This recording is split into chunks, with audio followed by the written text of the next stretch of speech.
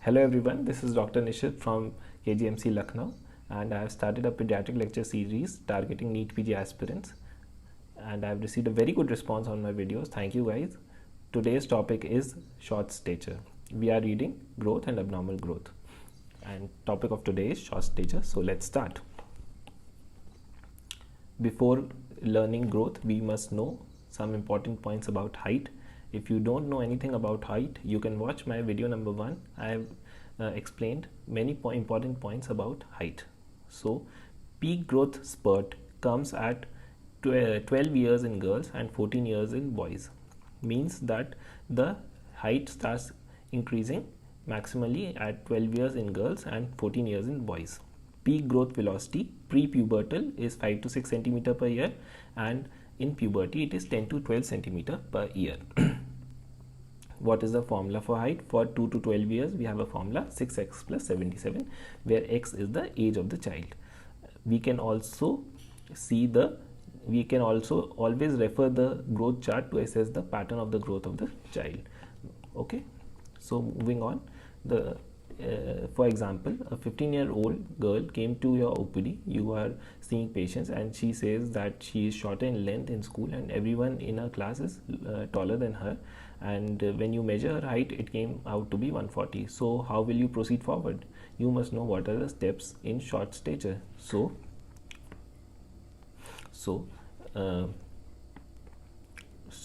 15-year-old girl height is 140 centimeter, and then I plotted her height on the growth chart, and I saw that her height is less than 2 standard deviation or less than 3rd centile.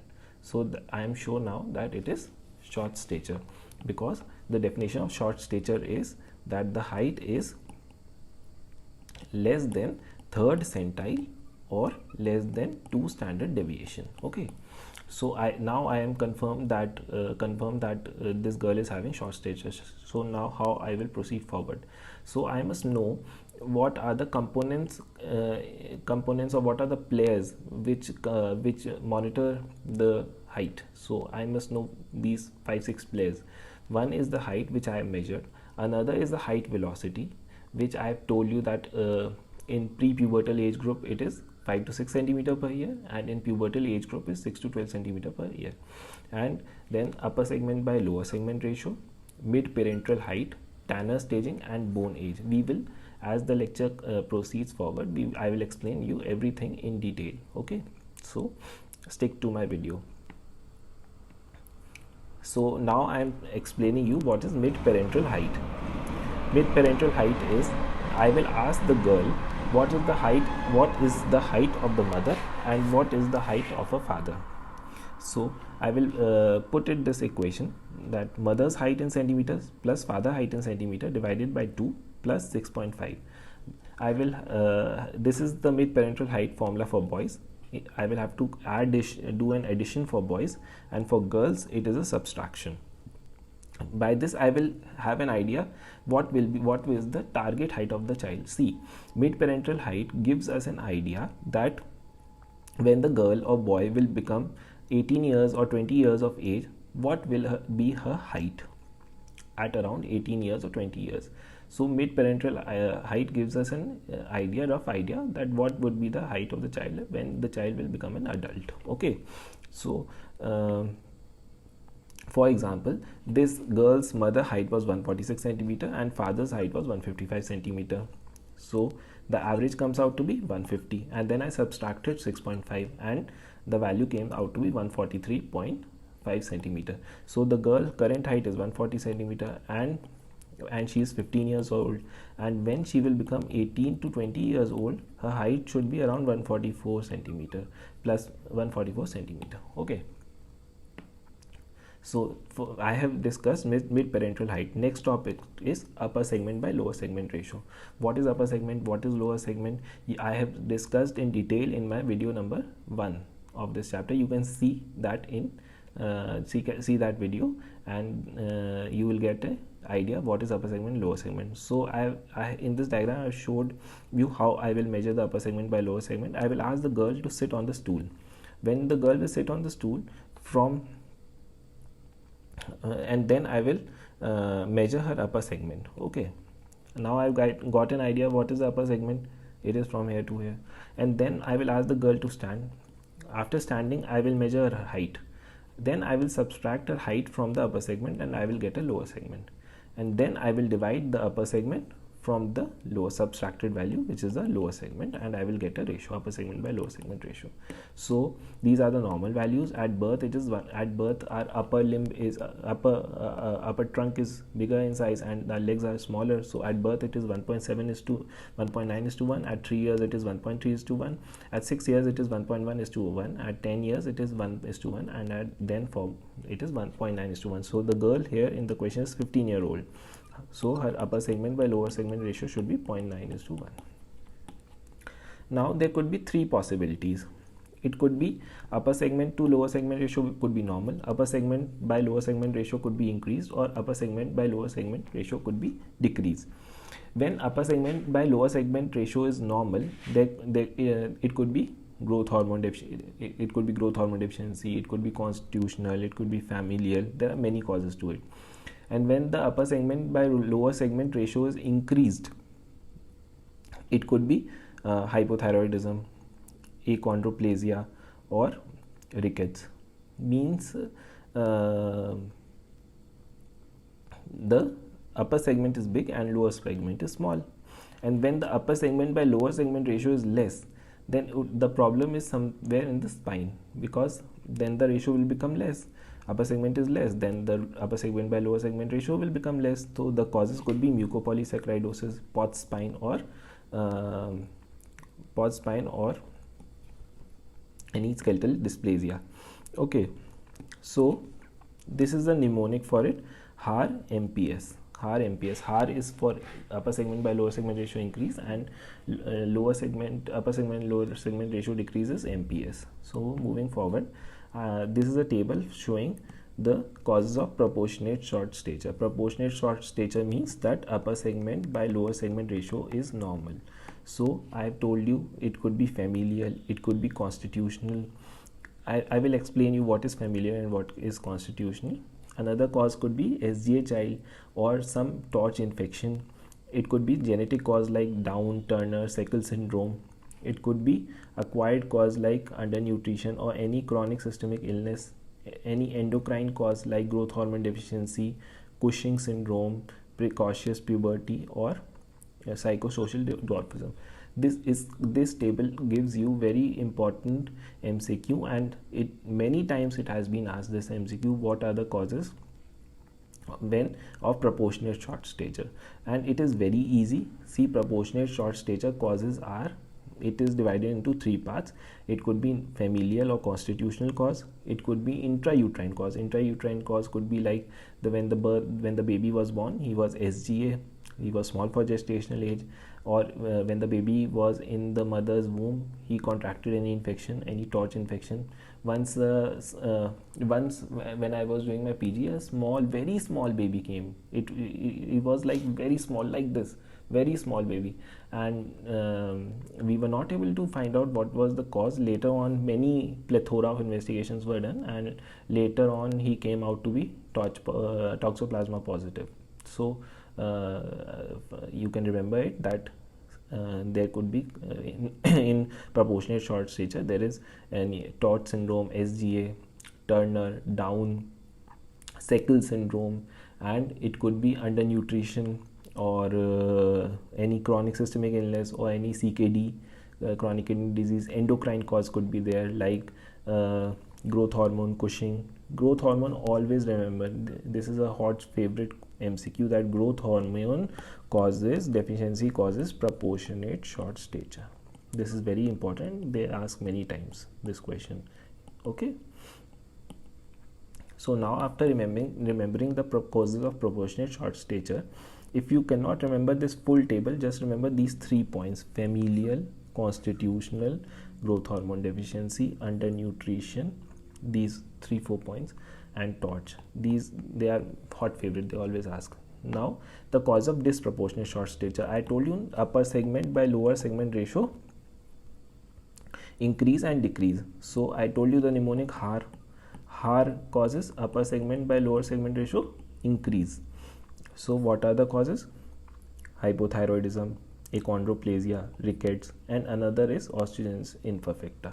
And upper segment by lower segment ratio decrease causes MPS. The causes are mucopolysaccharidosis, Pott spine, and spondyloepiphyseal dysplasia. Anything concerning the spine will cause upper segment by lower segment ratio to decrease. Moving on. So now I have seen three things. I have seen the height, I have seen the height velocity, I have seen the MPH, mid-parental height, and then I have measured the upper segment by lower segment ratio of this girl. Now I will do the Tanner staging of this girl. Tanner staging, again I have discussed in detail in my video number 1. You can watch it and you will get a hang of it. Okay, so Tanner staging is very important before we can move forward. So after doing Tanner staging, the next is bone age.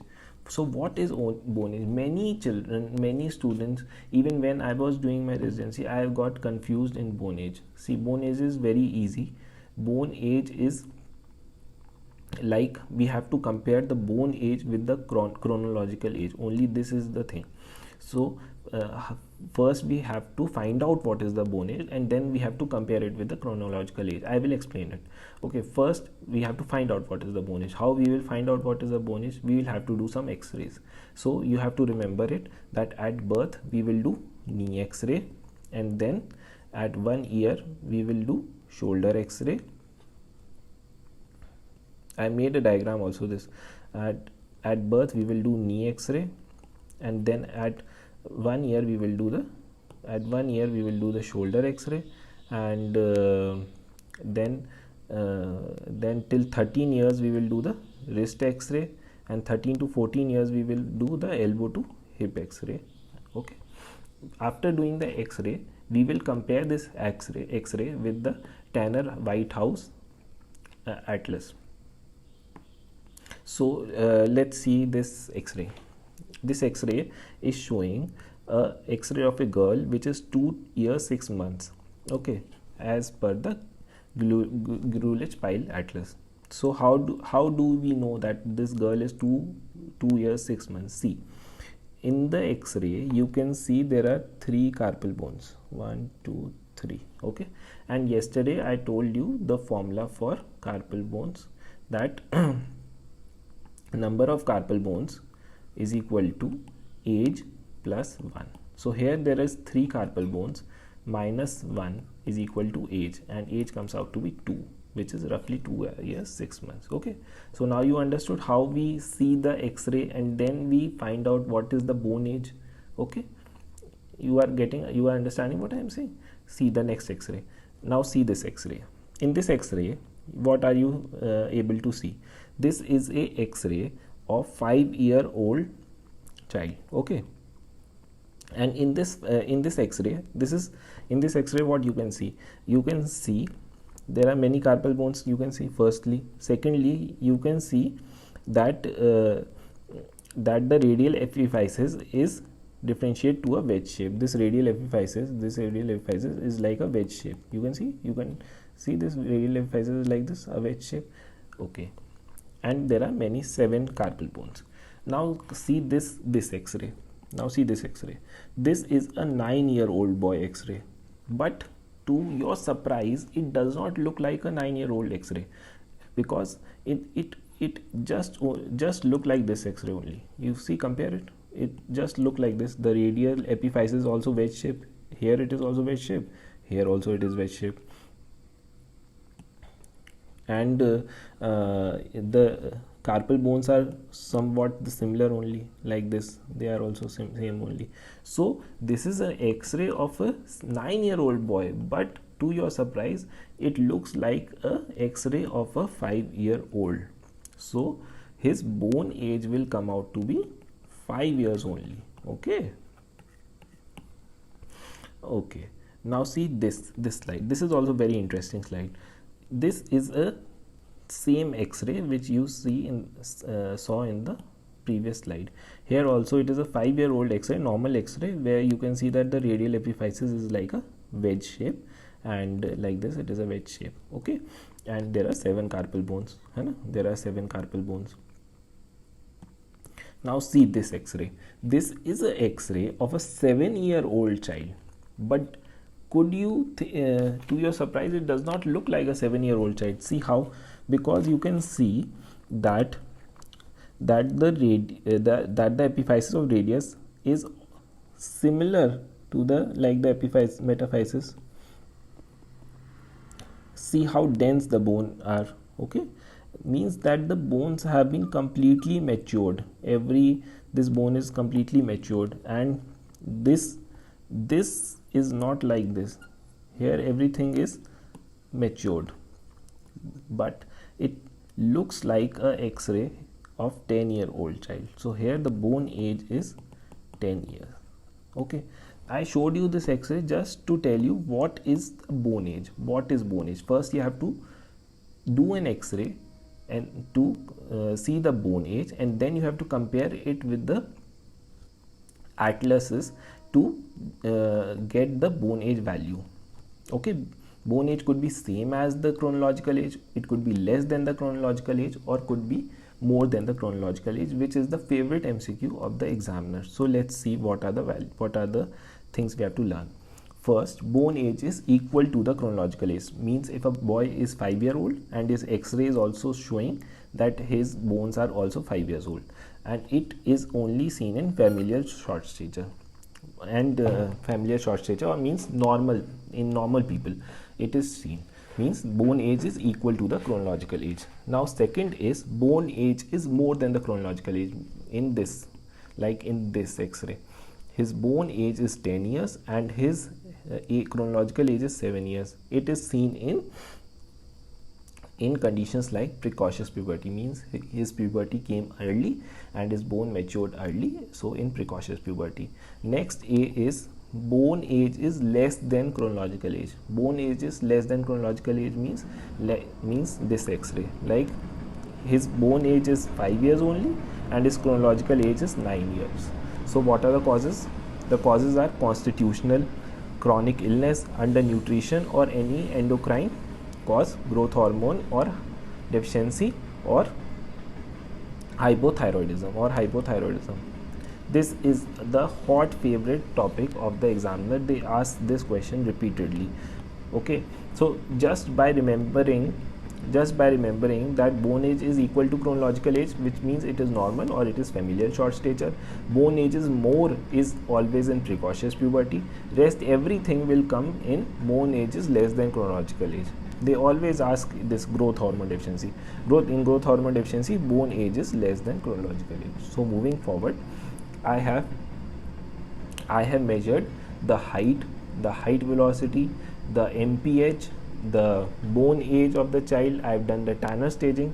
Now I have to plot all these things on the growth chart so that I, being a doctor, get an idea where the child stands. Okay, so let's see this. This is very interesting and very good growth chart. There are 3 child. There is child A, there is child A, there is child B, and there is child C. Okay, in child A you can see that his okay, before seeing this, you can see in this growth chart this is the 50th centile, this is the 25th centile, 10th centile, and 3rd centile. Means the child, how can I help? Means the child is falling, the child A and child B are falling below the 3rd centile. They are falling below the 3rd centile. Okay, so means they are having short stature. Okay, first point is confirmed that these A and B child are having short stature. Now what is this? I am marking it with blue pen. What is this? This is in red. This is the MPH. This is the mid-parental height. This is the mid-parental height of this child. Okay, so I know that the child mid-parental height will be between 155 160 around. Okay, now in child A you can see that his growth is happening below the 3rd centile and he is growing like normal, but only one problem is there, that his height is below the 3rd centile. Okay, so means this child is familial short stature.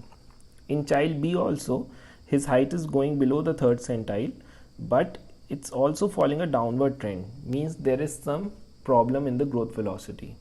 In child C also you can see he was normal, but now his growth velocity is falling down, means there is some problem.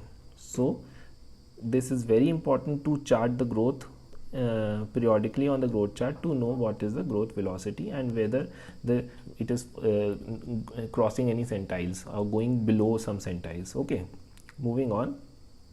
Now you have to know what is the difference between the constitutional and familial short stature. You will ask what is constitutional and what is familial.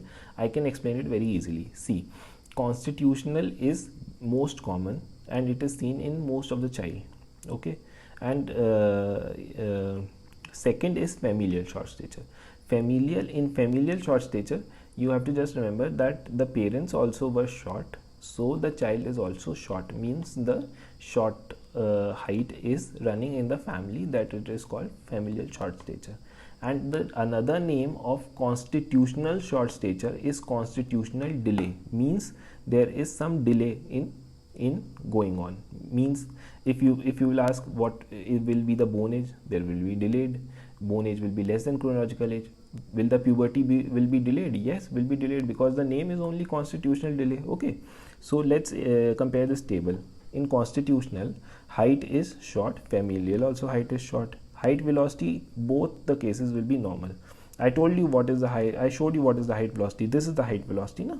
That it is going upward trend or it is going slanting down or downward trend. So in both the cases, height velocity will be normal.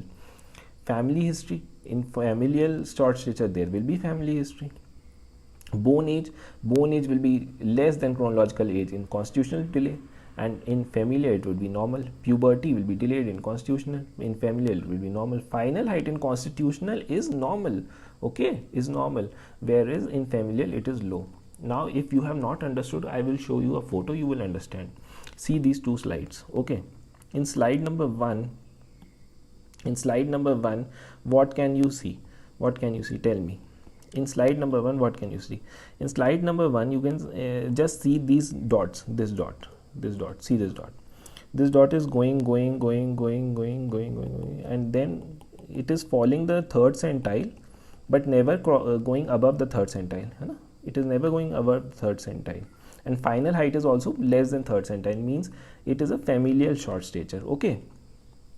Now follow the triangle. Now follow the triangle. Okay, the triangle denotes the bone age. See, here the bone age is 8 years. Okay, here also the bone age is 13 years, and the circle means the bone age is equal to the chronological age. Okay, means the bone age is equal to chronological age. Now see the constitutional delay. In constitutional delay, see, the child was normal at birth, and then after some time the delay started. The delay was going till puberty also, and finally the child reached the normal height.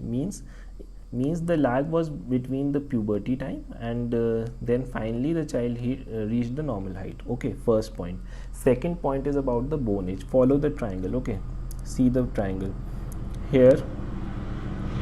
At one point of time, if we see the height was the age was 7 years, but at the same point of time his bone age was 6 years. You can see here also that his this child's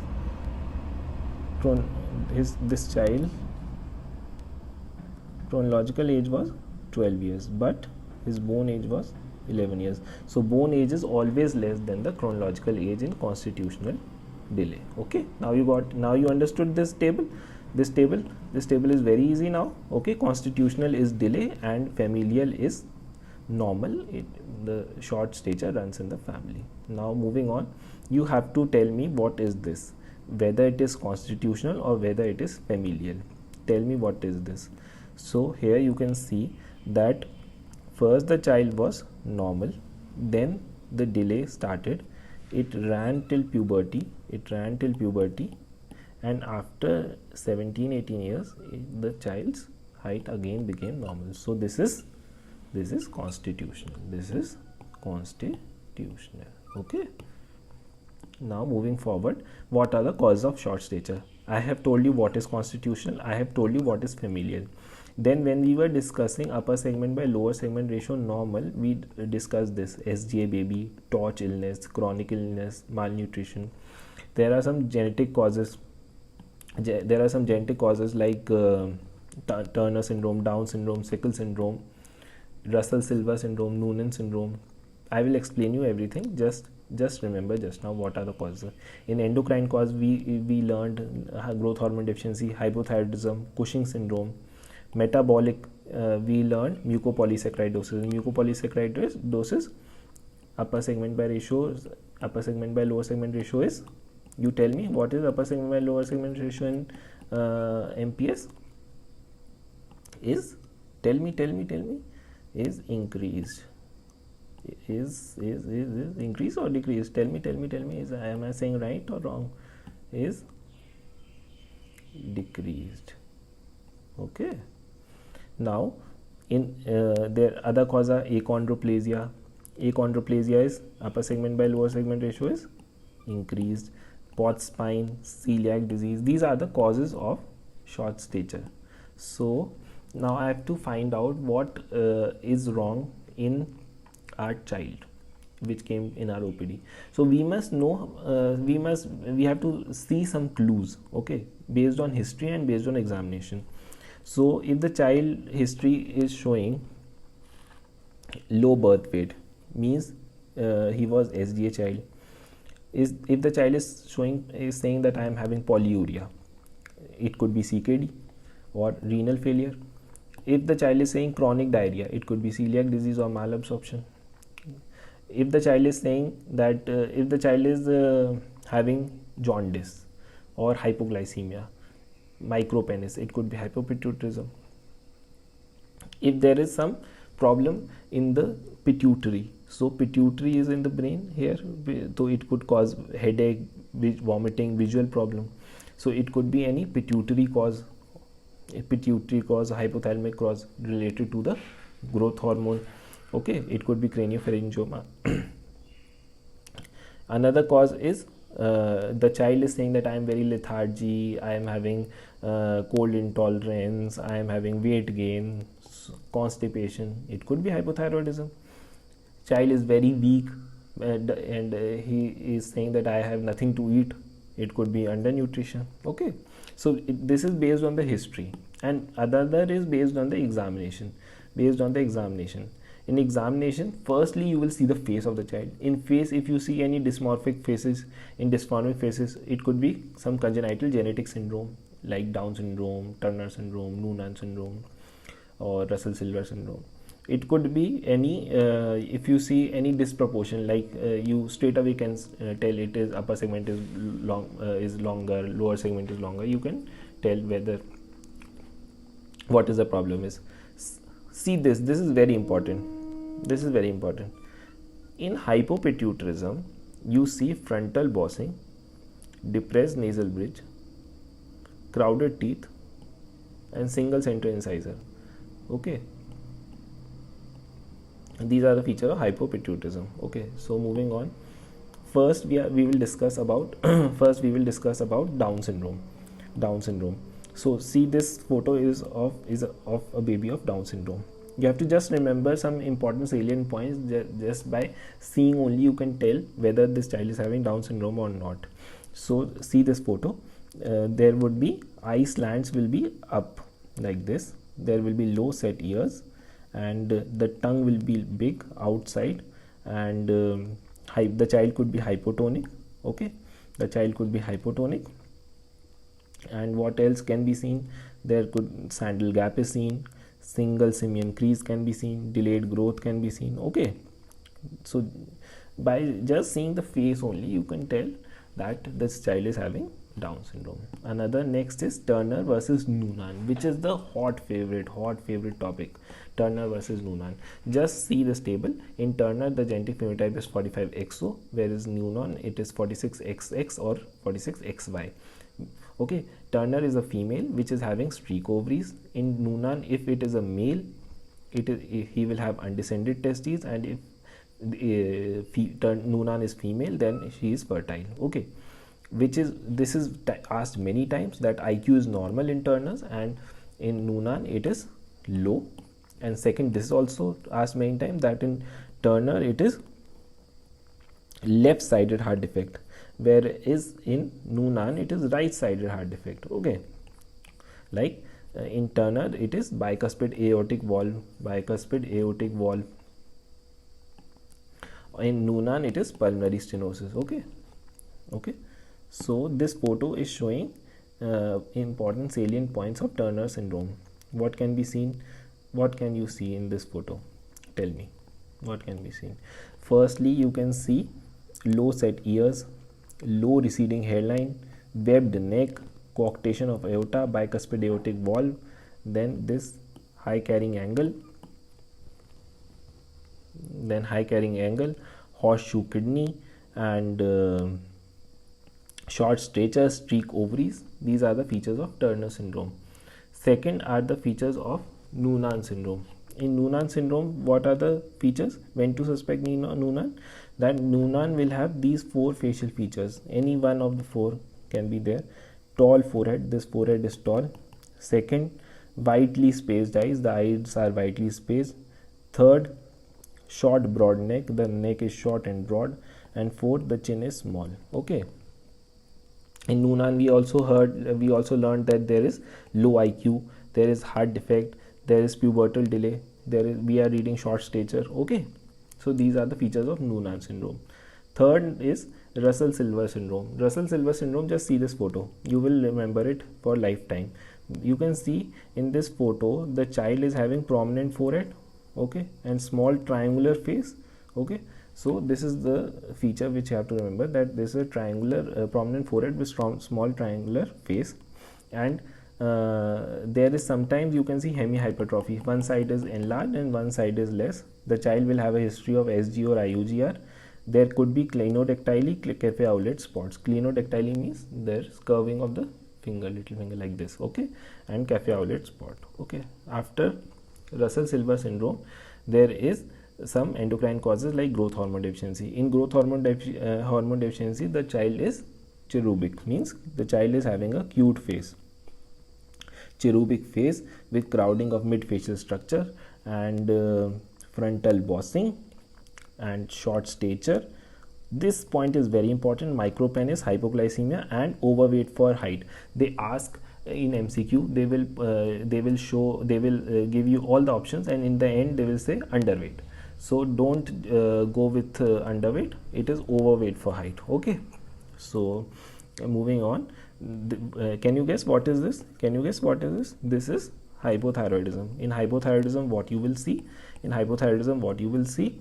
You will see firstly the child is having coarse faces or dry skin. So coarse faces and dry skin, and then cold intolerance, lethargy, constipation, delay in dentition, okay, and mental retardation. Okay, so these are the features of hypothyroidism. Next is, can you guess what is this? Very easy, this is rickets, because there is frontal bossing, there is enlarged wrist, this you can see enlarged wrist and abdominal protuberance, there is curving of the legs, this you can see.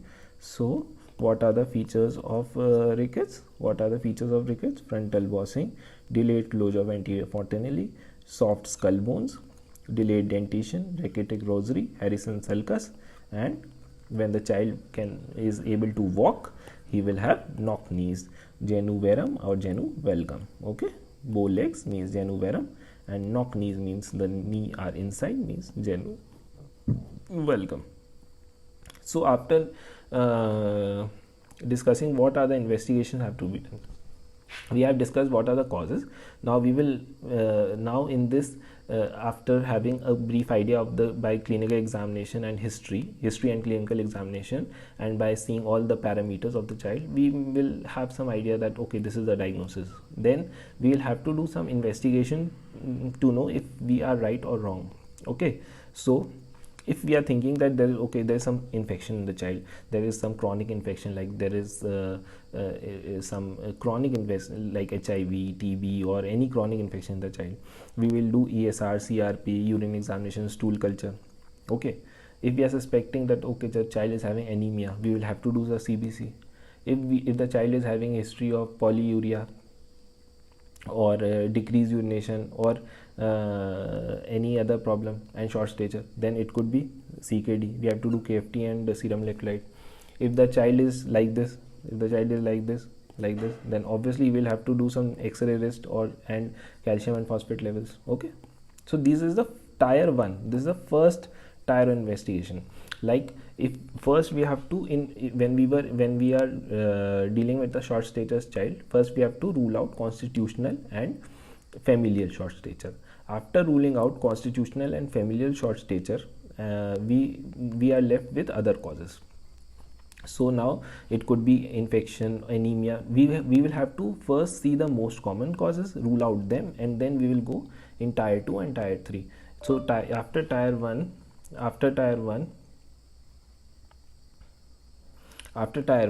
we will go to tier 2 investigation. In tier 2 investigation, if the child is a girl, we can do karyotyping for Turner syndrome, or it could be any endocrine cause. This is a tier 3. It could be any endocrine cause, so we will have to do growth hormone stimulation test. It could be hypopituitarism, we have to do MRI brain. It could be hypothyroidism, we have to do T3, T4, TSH. For achondroplasia, we have to do skeletal X-ray. So in our discussion, I have left achondroplasia. So let's see just for a moment what is achondroplasia. So this is achondroplasia. Achondroplasia, there are some good clinical features which are easy to remember. Firstly, that this is the person. This is a person who is suffering from achondroplasia. He is an actor of Game of Thrones. So it is a genetic mutation of FGFR3 mutation. And what can be seen in achondroplasia? This is trident hand. Trident hand is like trishul hand. Okay, and what else can be seen? Just remember that in achondroplasia the head is big, the trunk is big, but the hands and feet are very small. The hands and feet are very small in comparison to the head and the trunk. And when the child grows, there could be lumbar lordosis also. Okay, so, and this is champagne glass pelvis. It is asked many times that champagne glass pelvis is seen in achondroplasia. So now what we are left with, we have done the investigation also, we are left with treatment and counseling. So before treatment, counseling is very important in short stature, because many times we have seen when a short child goes to the school, he is ridiculed by his classmates. So there is psychological distress and social isolation. You have to tell the child that it is normal and there is nothing abnormal in you. Then the child will he will not be affected by this social isolation and psychological distress. Okay, and the parents are also concerned about the height of the child, so you have to counsel them also. Okay, and if there is any pathological cause, then you have to rule out pathological cause, and if it is there, you have to treat it. Okay, so now this is the last question, and asked many times, that when recombinant growth hormone is given, so the mnemonic is GTCS in Prader-Willi syndrome. Okay, what is G? Growth hormone deficiency. T is Turner syndrome. C is chronic renal failure. S is SG and SOX gene, and I is idiopathic, and P is Prader-Willi syndrome. And other is IGF-1. Indication for recombinant IGF-1 treatment is primary IGF-1 deficiency. Okay, so in short, what we have learned, that if a child of short stature comes to you, first of all do all the parameters like the height, velocity, the mid-parental height, do Tanner staging, if possible see the bone age, and after doing all these things determine whether the child is having constitutional, which is the most common cause, or whether the child is familial. If both, if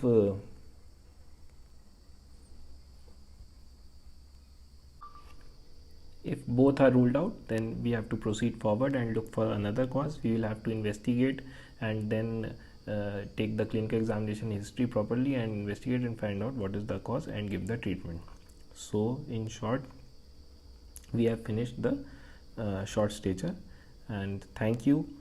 Please advise your children or your friends that they could friends children that if they do this kind of exercise, it has been proven that by some stretching the height increases of the child. So it is called Tadasana. It is very good. Okay, so thank you for the lecture series and joining me in this lecture series. In the next video we will discuss another topic. Please subscribe, share, and lots of love from my side, and all the best for the NEET PG and coming INI CT exam. Thank you so much. Okay.